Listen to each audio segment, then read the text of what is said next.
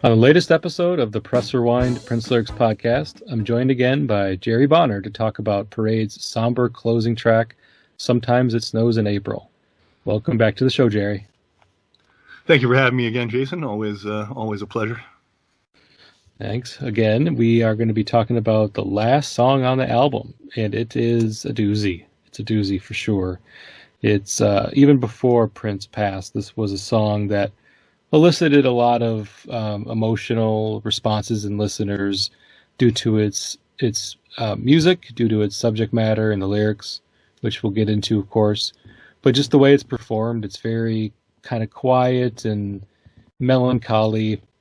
You've got Prince on vocals, as expected, but you also have Wendy and Lisa right there with him. It's, the last Prince and the Revolution album, and this was a collaborative song. Prince is credited with the lyrics and co-written by Prince and Wendy and Lisa in terms of the music. So you've got Lisa on piano, you've got Wendy on guitar, you've got Prince on vocals, and it's it's a fairly long song. It's like, I want to say 6 minutes or so. And the interesting thing about it is that there's no lyrics for the first minute and 30 seconds. It has like this really long intro that slowly builds until it reaches the point where you start to hear the melody that we've become accustomed to and know from this song. And its placement in the film, as well as its placement in Prince's life as almost like an accidental eulogy, really makes this song significant, I think. What are your thoughts on the song, Jerry? Yeah, it's certainly... Again, it's obviously with Prince's passing in April and 2016, and it definitely is almost like an exclamation point on everything, his life, his career, and it's all kind of tied up in this song, I think. Whether, obviously, he had no concept of that back in the mid 80s, but no young man thinks of their death then, typically. So yeah, I mean, it definitely. Kind of like, a song that you and I both discussed off Around the World in a Day, Condition of the Heart. It has that kind of slow build in the beginning, very kind of, just kind of takes its time to get where it's going. But once it gets there, it really delivers quite the emotional punch or the emotional impact. One of my favorites on a very, an exceptional album, an exceptional record, for sure. And it definitely, drives home the themes of the movie as well. It's funny looking, doing research and stuff online before I came here. It's funny how many people in comments and things like that really didn't realize that this song went along with the movie, it seems.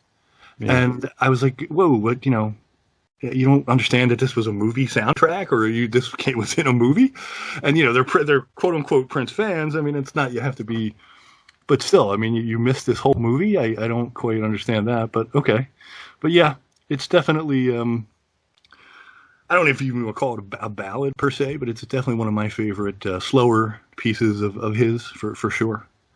Yeah, I mean, it's a ballad in music, but not in terms of lyrics. At least not a love ballad for sure. Sure. Well, yeah. Well, unless you consider it more of like not a romantic love, but maybe a love for a friend or something along those lines. But that's not typically what we think of when we think of ballads. So I get what you're saying in that regards. But musically, it's slow, it's beautiful. It has its very ballady. It follows a lot of the tropes from a ballad, for sure.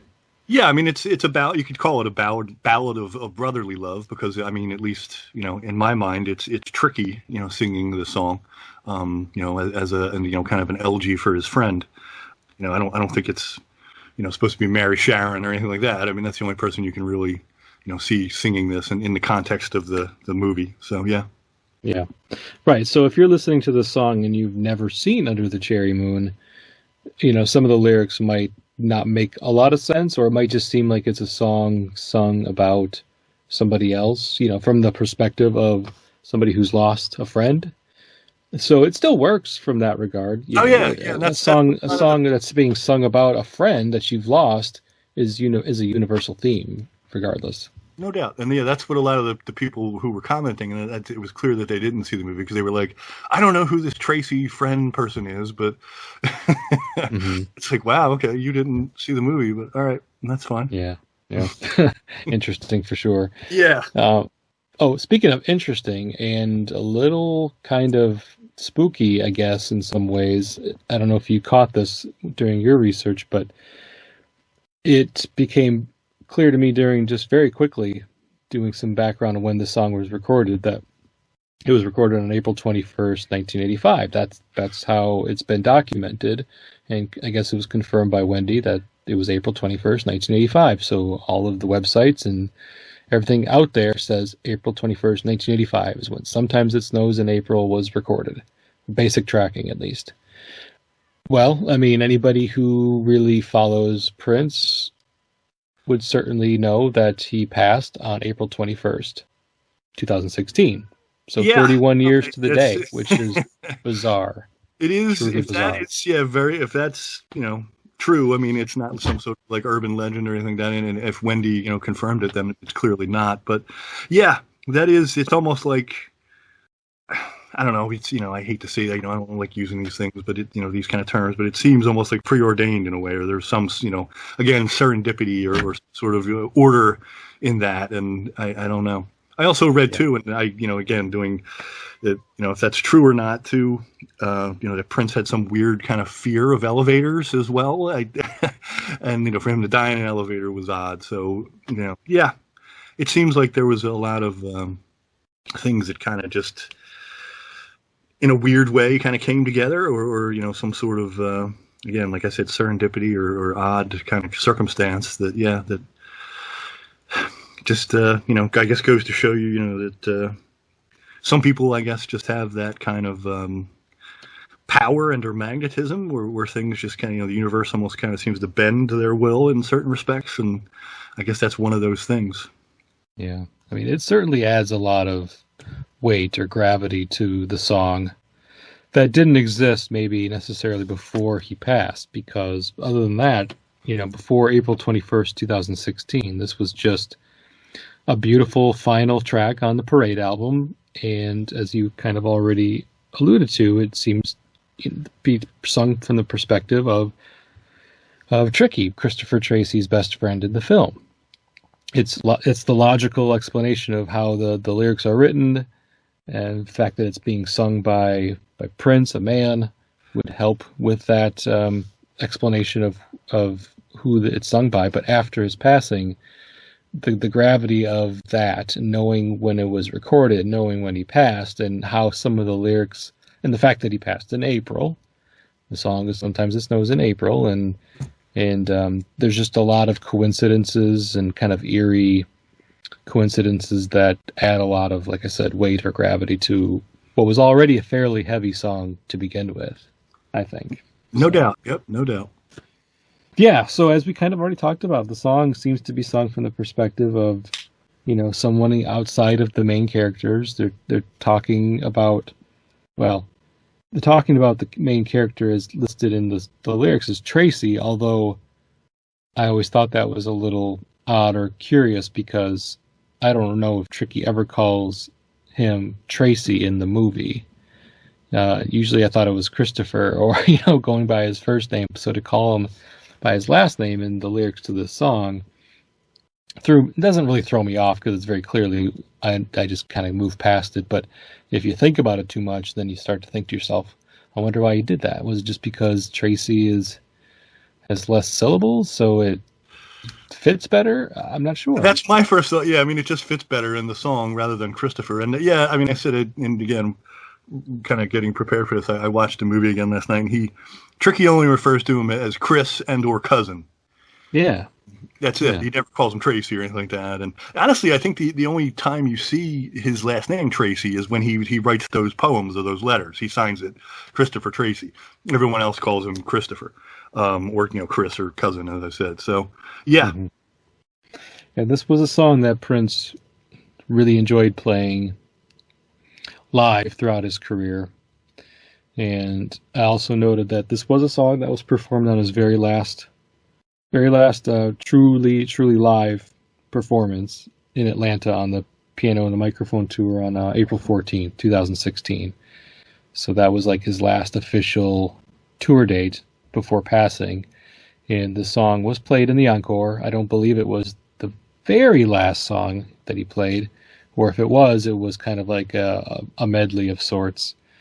So somebody who knows a little bit more about that show can chime in and let me know afterwards if Sometimes It Snows in April was the very last song performed at the very last Prince show in Atlanta. If it was, then again, that just adds another layer element to the myth. Yeah, yeah, for sure. Most certainly, yeah. All right, so let's start with the lyrics then. The first verse goes, "Tracy died soon after our long-fought Civil War, just after I'd wiped away his last tear. I guess he's better off than he was before, a whole lot better off than the fools he left here." So the first thing I'm going to mention is in this verse, and this is kind of the frustrating thing about there being no official printed lyrics for the Parade album that I can recall, is that there's a line here, the very first line. Tracy died soon after our long-fought Civil War, or Tracy died soon after a long-fought Civil War. I don't know if it makes a huge difference, but I mean, it kind of does. It kind of does, whether or not he's saying our or a. No, for sure. I mean, and I kind of struggle with that myself. I mean, obviously, when you first hear it, you think it's maybe the internal struggle of the character. But if it is a or our, if it's our, then it makes even more sense that it's Tricky, obviously, singing the song, because right up until that last moment in the movie, they make up right at the last moment before Christopher dies, and they had a falling out. They had a falling out, right? They have a kind of a large falling out, and it's obviously played for laughs in a certain respect because I don't know, I can't take Jerome Benton all that serious, but because he's just so goofy and ridiculous, and that's purposeful. But it's they have a falling out. Yeah, and if it's our long-fought Civil War, and then maybe that makes a little more sense. But if it's a long-fought Civil War, then that, to me that's more of, I guess, Christopher's internal struggle. He had something going on inside of him that needed to be resolved, I guess. But the balance between, I guess, having fun and being serious, that kind of thing, or because that's pretty much again what they say in the movie. So the love and money thing and all that too. So. Yeah, because you can make a case for either way. Because even if you think it's our long-fought Civil War and referring to the rift between Tricky and Christopher Tracy at the end of the film, so died soon after that Civil War kind of referring to like their brothers, not literal, but they're very good friends, basically close as brothers would be, and so to call kind of like a fight between them a civil war is basically saying like we're united, but we just had this one moment of fighting, or this one battle that we had to kind of get past. And but say it long fought. I mean, it really wasn't a long fought civil war. They really only fought briefly towards the end of the film. Otherwise, they were, thick as thieves for the entire runtime of the movie. Otherwise, so that's a little odd to say long fought when it really wasn't long fought in the film, at least portrayed in the movie. Yeah, I mean, it seems to be in the span of I guess in terms of the movie, it's only a few hours maybe at most where they're not liking each other too much, and then they quickly kind of make up right before he Christopher drives off on the boat and that kind of thing. So yeah, it is long fought doesn't make much sense in that context, I guess, but that's why I think maybe it was more of speaking to an internal struggle that Christopher faced, but Yeah. Either way works, really. But so it really just depends on the listener and how they want to interpret it. You know, take it too literally and say, well, it wasn't a long-fought civil war, but whatever. I mean, sometimes lyrics are written just because of what is needed to service the song and the melody. Because it sounds good. You know? Mm-hmm, exactly. Yeah. Just after I'd wiped away his last tear, kind of referring to the scene, of course, again, him dying on the the waterfront there after being shot. Spoiler alert for anybody who hasn't seen Under the Cherry Moon. For the lot of people who clearly haven't seen this movie, yeah. Yeah, well, I'm whatever. If you're listening to my show and you haven't seen Under the Cherry Moon, that's your own fault. That's on you, not on me. Honestly, you can't spoil a movie that's over 30 years old. I'm sorry. You know, at that point, you know, you're gonna get mad about a spoiler. Then come on, man. You know. Yeah. I'm not too worried about it. Let's put it that way. I guess he's better off than he was before, maybe referring to just, again, if it's an internal struggle or just what is perceived as a lifetime of struggle or a lifetime of difficult circumstances that has had to be overcome, and a whole lot better off than the fools he left here. So I like that line, just referring to, everybody that he leaves behind maybe are still going to struggle with the same things that Christopher struggled, whatever that may be. And not to say that I wish death on somebody or myself, because it's better to be dead, but just a reference to there's still a lot of, I think, pain and anguish and internal struggles that people have to go through every day. And in this moment, the narrator is feeling pretty down, so, he's probably pretty bummed out, you have to imagine, and so he's probably not thinking, life can be so nice, to quote the lyrics from another song on the album. He's not in the greatest frame of mind right now, so you can see why he would say something like that.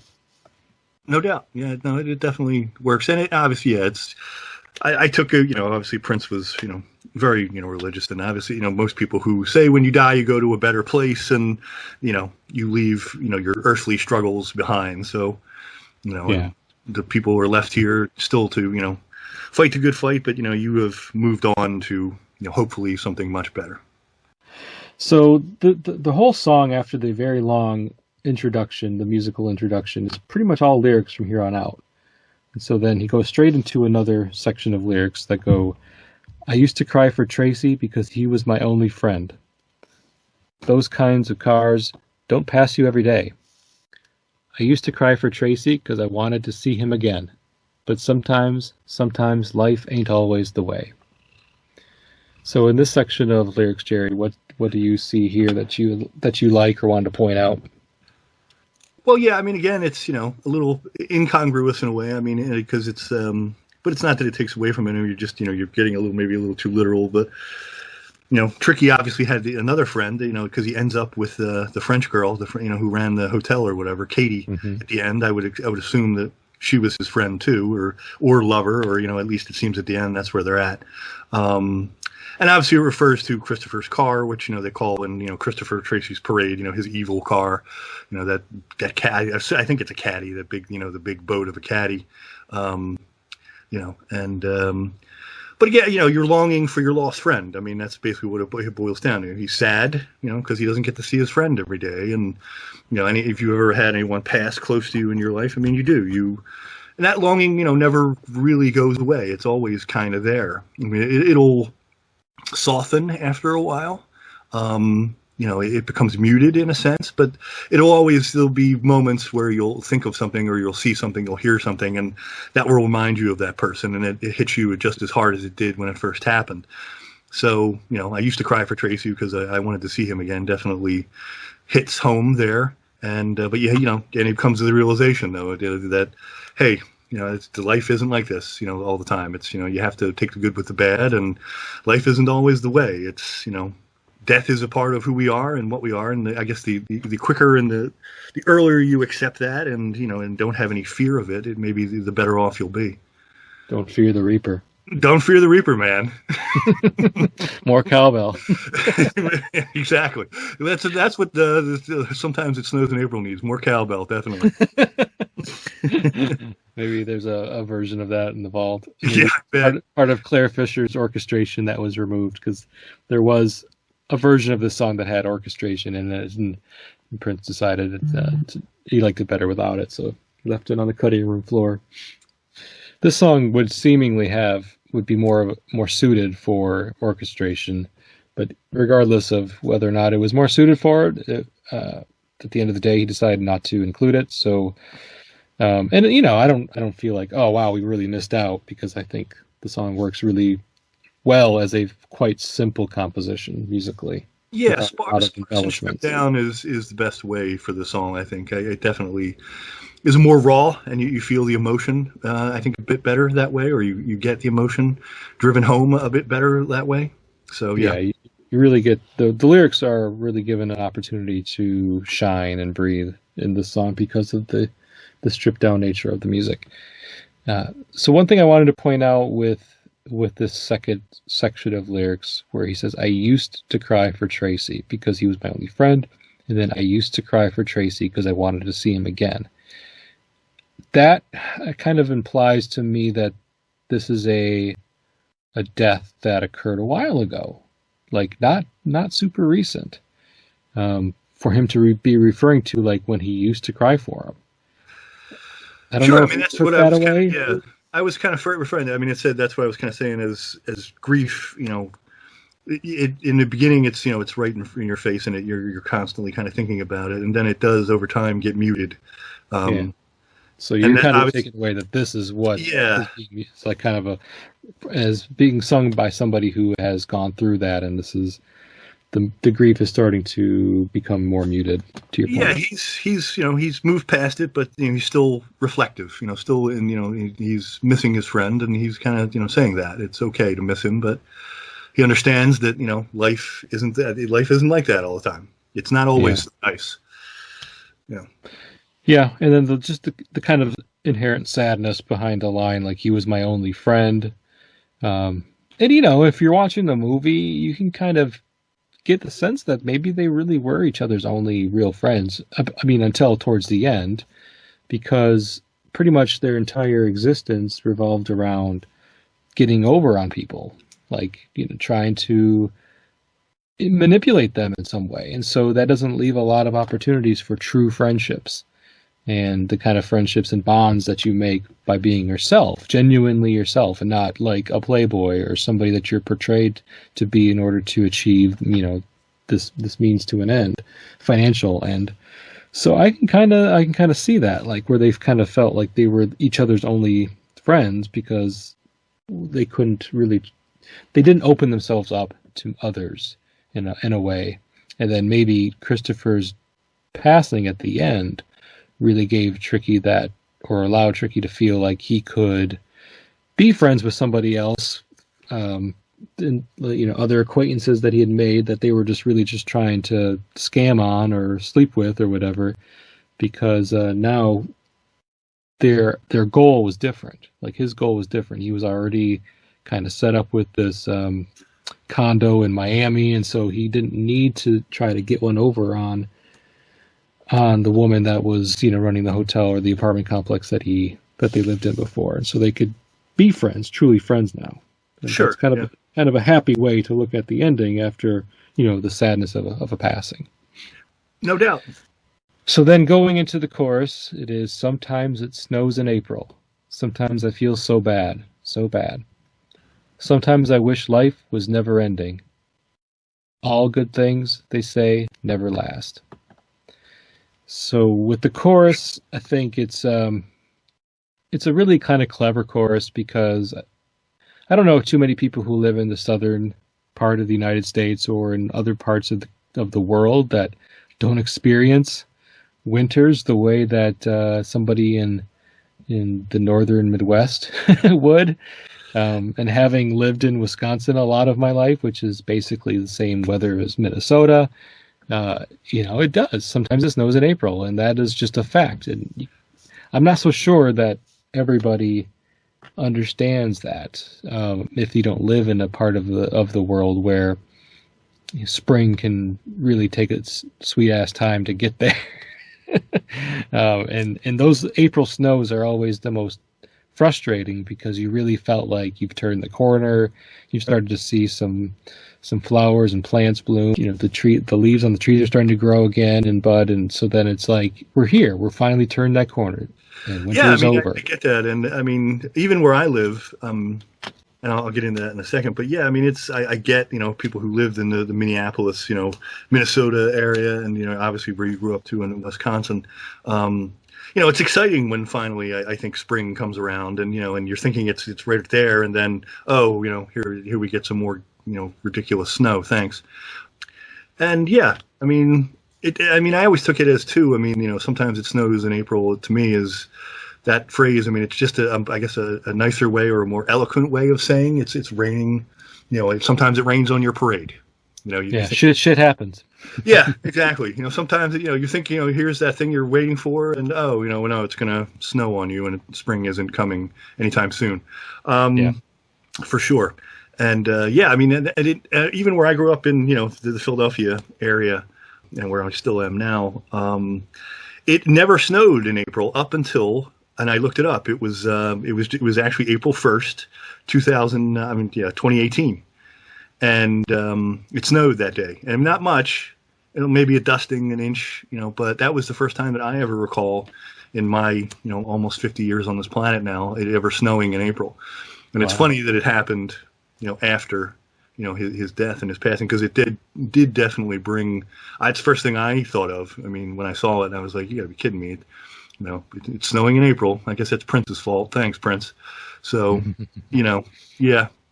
Yeah, I was pretty used to snow living in northern Wisconsin, about 2 hours from Minneapolis, in the mid 2000s, late 2000s, early 2010s, because I kind of braced myself for it. Like, where it says sometimes it snows in April, it was pretty much every year it'll snow in April was the modus operandi at about that time, and it just really got frustrating for me because I really wanted spring to be there and to show up and like I said, turn that corner, but that setback, that heavy, wet snow in April that just messed everything up was always frustrating. And yeah, this is clearly a metaphor, and I think you touched pretty much on exactly what it is referring to in the song, because then he follows it up, sometimes I feel so bad, so bad.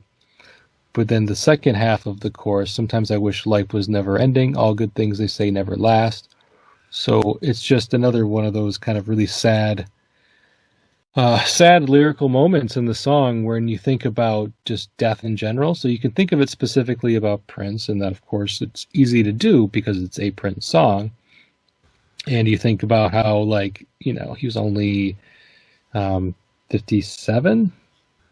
Not even 57. He was 56. Yeah, I think it was 56, yeah. He was going to turn 57 in a couple months. So he's only 56 years old, and that's pretty damn young. I mean, I'm not just saying that because I'm in my mid-40s now, and that's only 10 years away from my current age, and thinking gosh, if I died in 10 years, what would that mean for me?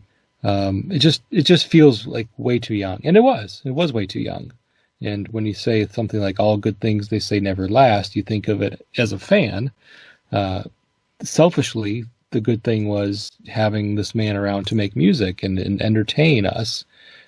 It wasn't meant to last. And it didn't, unfortunately, last longer than I'm sure we would have liked to have had it last. And I'm sure how anybody who is a fan of anybody else who passes maybe a little too soon, you think of what could have been, or just what were the missed opportunities. Like people say, I really wish Prince was still around here so we could comment on, the state of the world as it is in 2020 and 2021. What would he be doing during a pandemic? What would he have said about the Trump administration?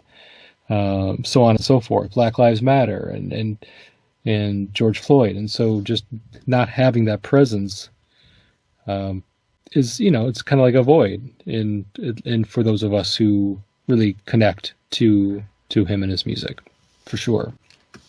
Most definitely, yeah. I mean, you wonder all the stuff that, we like all his comments or his musical responses to a lot of those events, and would have been interesting to hear if he were still around. Unfortunately, he's not, and I always think too. I mean, I guess with all the stuff in the vault. I mean, I get, rather than being kind of like creatively, I guess, controlling in a sense, it's maybe, somehow he knew too, saving all that stuff, and would be released, posthumously. So we still have, obviously Prince, new stuff, in a sense from Prince, but, obviously not new commenting on, current events. So. Mm-hmm. Right.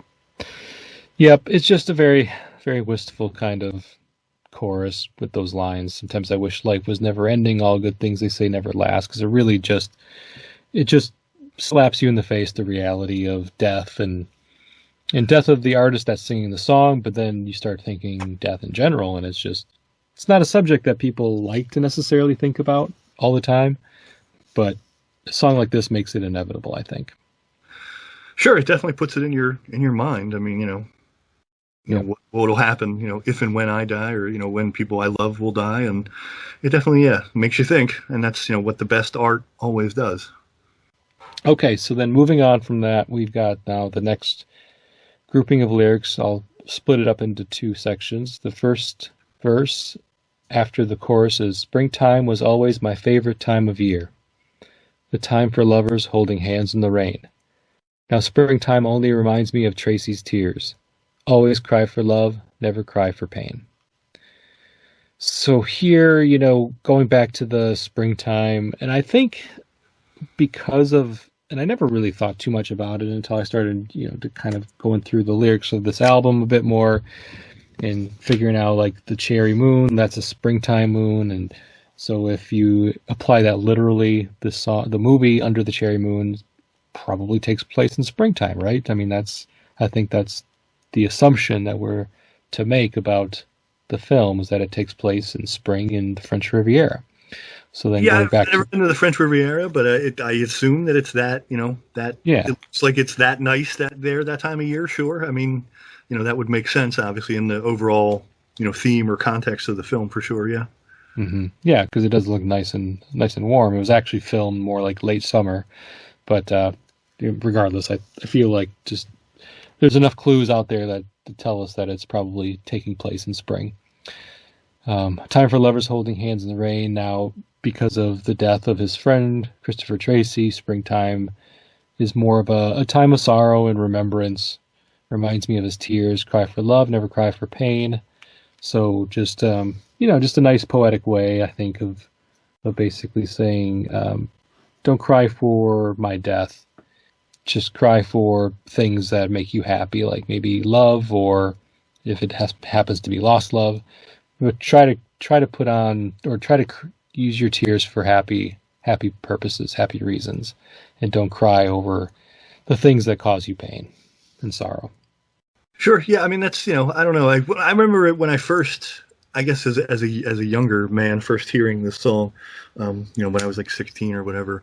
I always kind of struggled with that line a bit, not really understanding it, I guess, in a sense, because obviously, pain made more sense to me at that point, I guess. You get hurt and you cry, or, something hurts you, or somebody punches you in the face. I mean, that kind of thing, or you fall down and, the pain causes tears, rather than not really understanding, I guess, the heartbreak and loss at that level can, cause you, pain as well. And yeah, but now as an adult, obviously it obviously rings more true to me, that line, than it did, when I first, had the album at 16 years old. So sure. Yeah. That's kind of like the beauty of going through lyrics, older versus younger, because you have a little more life experience, or actually it doesn't make it better, it just makes it different, like a different perspective. And whether that perspective is really framed by our experiences versus just what's intended or what the lyrics are saying, and then we read a lot into those things because of the stuff that we went through in our experiences, having lived X number of years. So it's just an interesting way of doing it. Sometimes I wonder if I would have completely different interpretations of some of these songs if I was 20 years younger. I imagine in some cases I would. Most definitely, yeah. I mean, it's, I think a lot of times, again, like I was saying with art, those things come to you when you're ready for them, and it hits you a certain way, and it's like, okay, now I understand this. Maybe it's a book, maybe it's a film, it's a piece of music that finally resonates with you at that right time, and it maybe at a time when it, in the past when it didn't. So yeah, I always find it fascinating with those kind of things when finally it kind of, the tumblers in your brain kind of click, and it's like, oh, now I get this, and now I understand why this is great, or why people love this. Yeah. So then moving on, the next grouping of lines are, he used to say, so strong, unafraid to die, unafraid of the death that left me hypnotized. No, staring at his picture I realized, no one could cry the way my Tracy cried. These lines are sung a little differently than the previous lines. There's more kind of awkward pauses or awkward phrasing of words. He used to say, so strong, unafraid to die. Does he say or stay? I'm trying to see if I could find alternate lyrics, because the versions that I've got say. He used to say. So yeah, strong, it only makes sense is, that, I mean, I think that's probably a misprint, or people aren't reading it correctly. I would say he used to stay so strong. I mean, that's the obvious phrase is, stay strong, right? You're staying strong, not say you're so strong. So I would take it more as, I think our online friends here have maybe transcribed that improperly. Yeah, I'm looking at a few different sites, and they all say he used to say so strong, unafraid to die, but what makes sense to me and to you is he used to stay so strong. Oh, unafraid to die. Unafraid to die, yes. That's only a logical conclusion of that, I would. Okay. If you think it's a different way, then fine, but staying strong, and if you're staying strong, then you are unafraid of whatever you're going to face. So that only makes logical sense. Yeah, okay. So we'll stick with that. He used to stay so strong, unafraid to die, unafraid of the death that left me hypnotized. So that line kind of refers to maybe some fears that the narrator has about death or pain. Which is not unusual or unnatural. I mean, most of us are afraid to die. I mean, it's not something that many people embrace early on. I mean, typically people would normally not be unafraid to die unless they had nothing to lose, or they have just a different kind of personality that kind of puts them in that very small percentage of people that can do the types of things, the exceptional things that people that are more afraid can't do or won't allow themselves to do, like daredevils or stuntmen or something like that, where you have to like put yourself in harm's way all the time. You almost have to kind of accept death as a possible outcome. And to say that those are the types of people that are unafraid to die, well, I think they're still afraid to die, but they just accept that what they do could be dangerous to the point where they may not make it, I guess.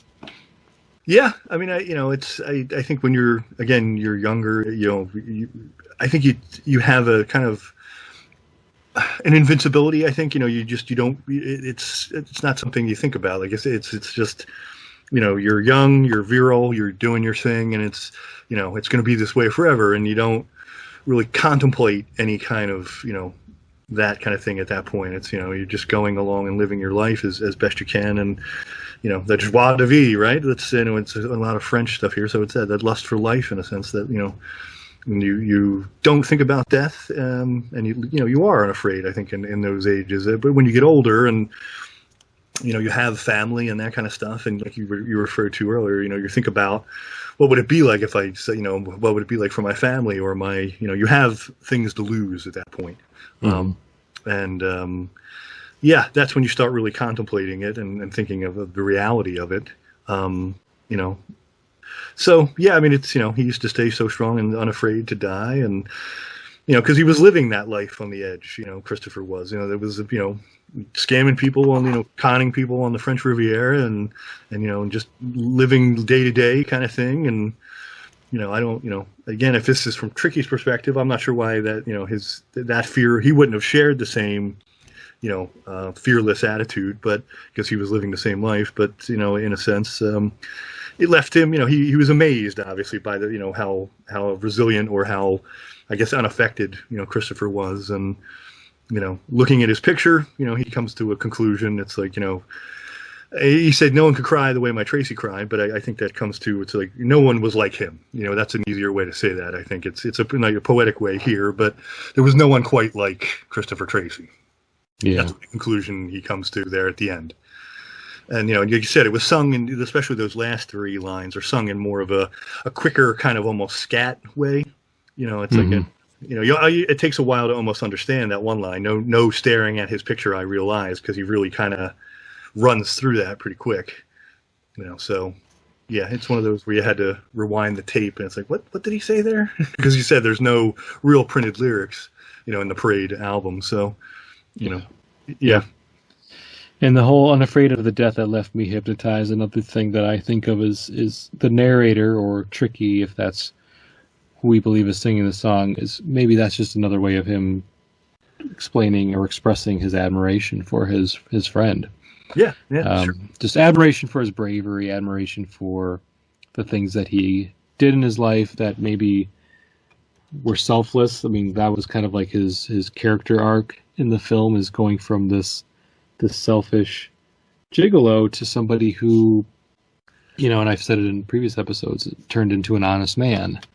And meeting Mary Sharon was kind of like that switch that was flipped in him to turn into somebody that was noble and had scruples and did things that weren't just to benefit himself, I guess. And some of them were very silly and stupid, like going after Mary at the end and ended up getting him killed. So, yeah. Yeah, for sure. Okay, so then after that grouping of lines, again, we go to the chorus, and the chorus is the same. Sometimes it snows in April. Sometimes I feel so bad. Sometimes I wish that life was never ending. And all good things, they say, never last. And then we get the next grouping of lines. It is only just one section of new lyrics here. There isn't kind of like a twofer. I often dream of heaven, and I know that Tracy's there. I know that he has found another friend. Maybe he's found the answer to all the April snow. Maybe one day I'll see my Tracy again. So this last grouping of lines, Jerry, what did you want to talk about? I guess calls out to you. The first thought, I mean, again, and this is, even, going back to when I was younger and, even now still, it's like, I wonder why, Tricky, or, again, the narrator, whoever it may be here, seems so confident that Tracy's in heaven. I guess because you said like he redeems himself at the end, because he wasn't, kind of like almost like a thief in a sense, and up until that point. So is that redemption, I guess, dying, so Mary could be free in a sense, is that gets him into heaven, I suppose. And he seems fairly confident that obviously, Tracy's there. And finding another friend, like I said, meeting loved ones, going back and, if you are in, heaven or paradise, however you want to say it, and the afterlife, seeing lost loves again, or lost friends that you can reunite with. That's obviously the big, I hate to say it that way, but the big selling point of those things. And, he dreams, too, of seeing him there again. He that's, I think the confidence is there. It's like, okay, I have confidence that's where my friend is now, and hopefully one day, we'll be reunited there, and we'll go from there.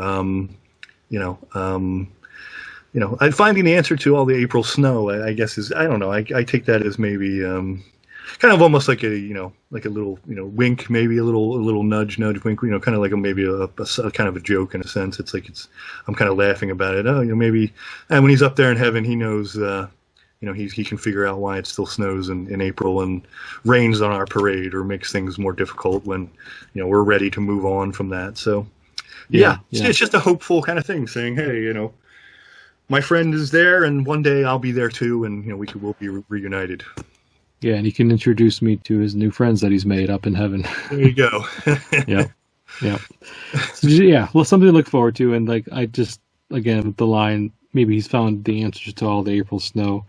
It's you can take that literally and metaphorically. So why does it have to snow in April when it's springtime? And it's like, okay, well, the meteorologist in me says here are the reasons why it snows in April. There's a cold front that moves in from the Arctic and blasts through. You guys are right on the border of Canada where it snows all the goddamn time, so get used to it. Yeah. Yeah. But from metaphorically speaking, yes, I think it's probably more fitting that why do bad things have to happen? Why do like these incidents that kind of cause pain and sorrow when you think things are going well have to happen? Well, what's the reason for that? And yeah, it's more joking because those are kind of the metaphysical questions that never get answered. Nobody can ever answer those questions, not realistically.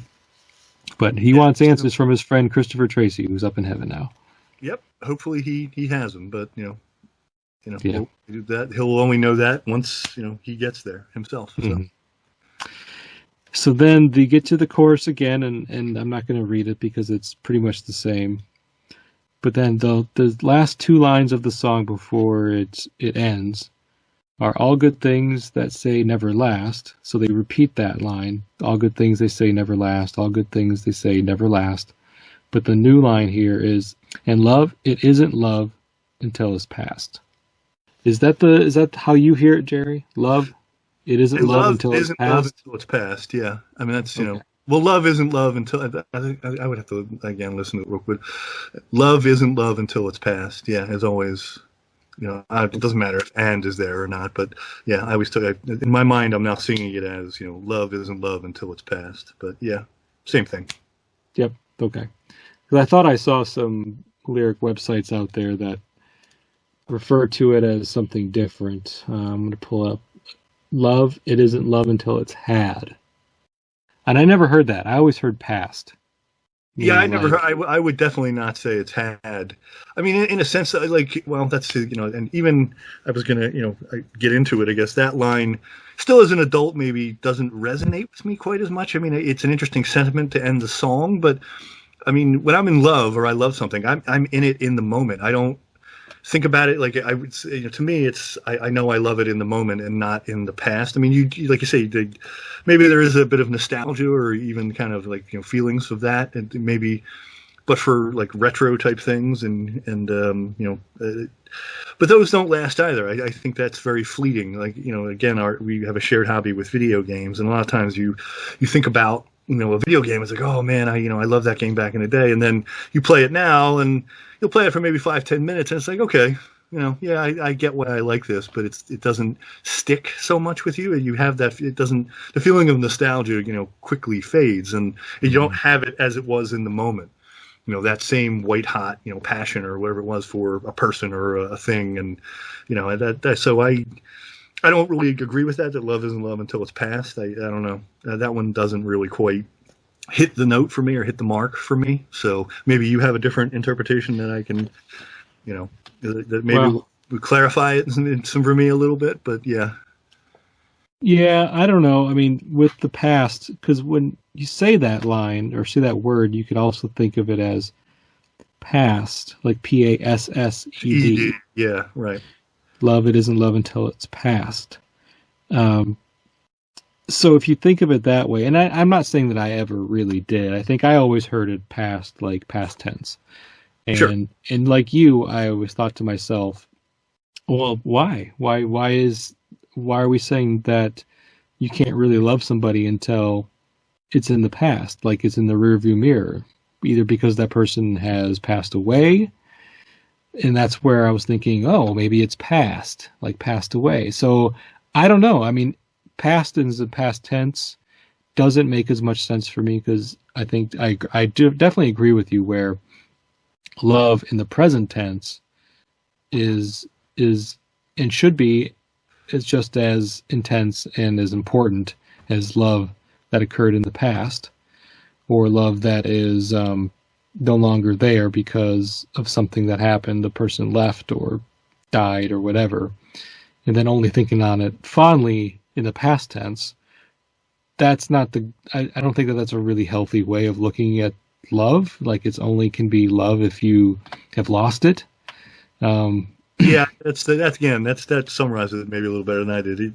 I don't agree with that in a sense because yeah, I mean, in the moment and in loving in the moment and being in the moment, I think especially in relationships, whether they be I said like brotherly or more of a true love, between a couple or whoever.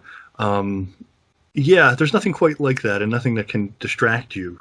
At least I've found my own way. When I'm into someone or that kind of thing, it really kind of almost takes over your life, at least in the beginning, and you really it's like it becomes all encompassing, and it's very intense, and it's quite the experience, quite heady, and and you really kind of get into it, and to say that in the past, it always seems you might have a certain feeling, or you're holding on to something, or carrying a torch, as they say, for a relationship or a person, but it's always muted to me. It's never quite the same.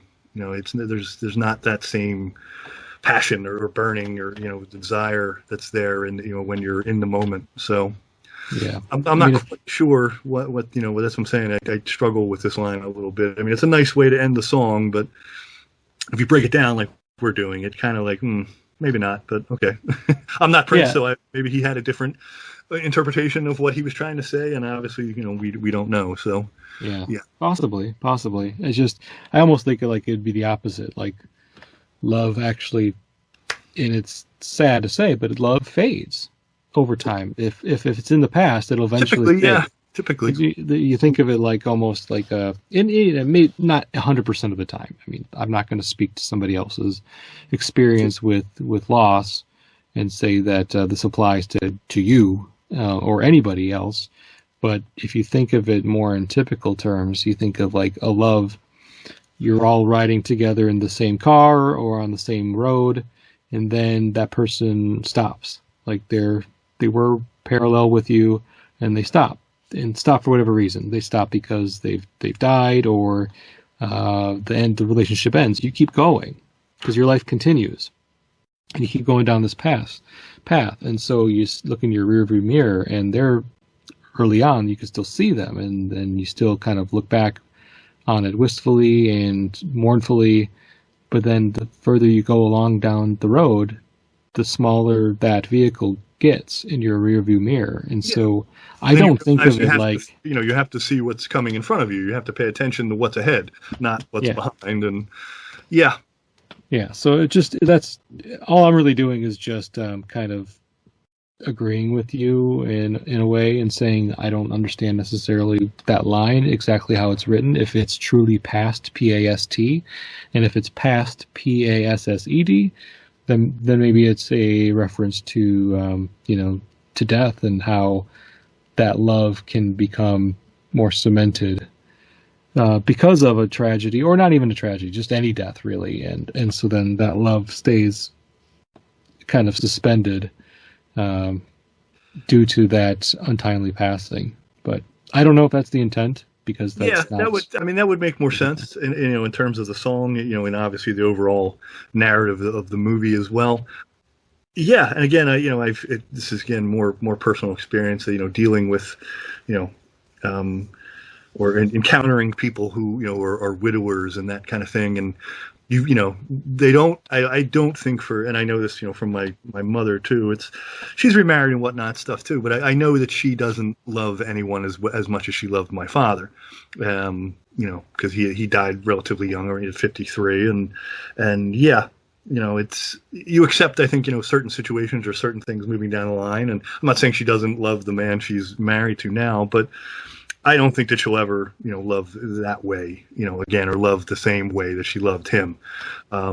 So yeah, just looking at it through that lens, and if that's what that, we're talking about it being P-A-S-S-E-D rather than P-A-S-T, that definitely makes more sense in terms of it, in terms of the song and the movie, of course. Agreed.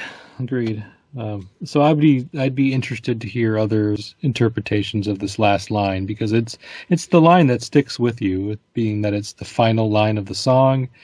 It basically, the song ends immediately after that line is sung, and then the album ends. So it's a very kind of it's impactful for sure. It's Sure. definitely an impactful line. So to have an impactful line that is open to interpretation, kind of makes me curious what others have taken away from that line when listening to this song, and what does it make, what feelings does it elicit in you as the listener, and what do you get out of it?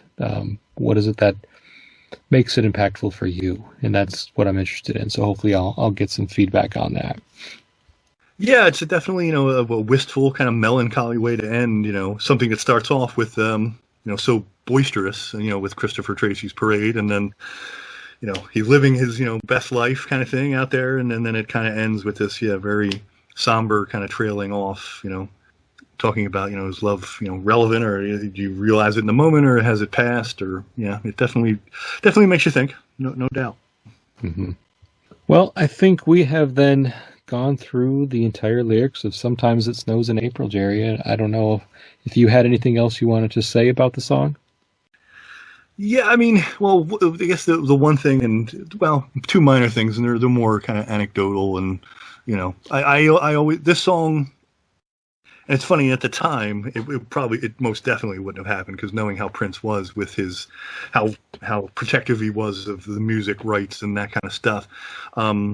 This was, again, back in the late 90s, when I was really more involved in film business and screenwriting and that kind of stuff. And my buddy and I had written a romantic comedy that this song would have been perfect for, especially that last, not so much the lyrics, but the chorus would have been perfect, because, the girl's name in it was April, and it deals with in the winter time, and kind of the climax of it, happens in the snow. And,